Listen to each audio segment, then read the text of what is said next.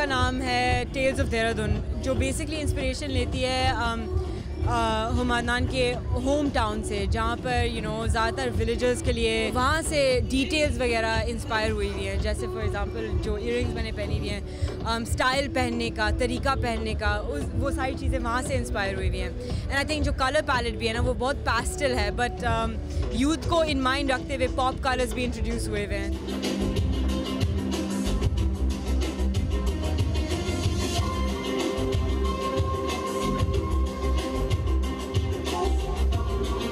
हमारा जो शो आपने देखा है वो था ख्वाब, और जो है उससे बस हम कोशिश कर रहे हैं हर लड़की की हेल्प करें कि जो है उनका ख्वाब पूरा हो। और कलेक्शन है एक्चुअली स्टार्ट हो रही है बिल्कुल लाइटर कलर्स से, वाइट पेस्टल से, और जा रही है डीपर ह्यूज़ में, डार्क कलर्स में।